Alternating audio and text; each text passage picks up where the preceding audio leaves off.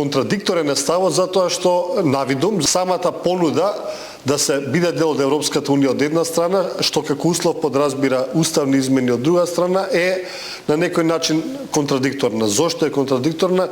Затоа што зад уставните измени и протоколите кои што се дел од целиот преговарачки пакет стојат многу се уште не додефинирани релации за кои што официјален став од Европската унија немаме. Односно, кога зборувам за релации, зборувам колку реално обврските со тој протокол превземени, дека историската комисија нели треба да договори историски личности, настани и така натаму. Дали на вистина имплементацијата на тој протокол е дел или не од преговарачката рамка? Мислам дека би било добро владата или нашите партнери во Европа да побараат официјален став на Европската комисија во врска со токму оваа релација, дали воопшто протоколот е или не е дел.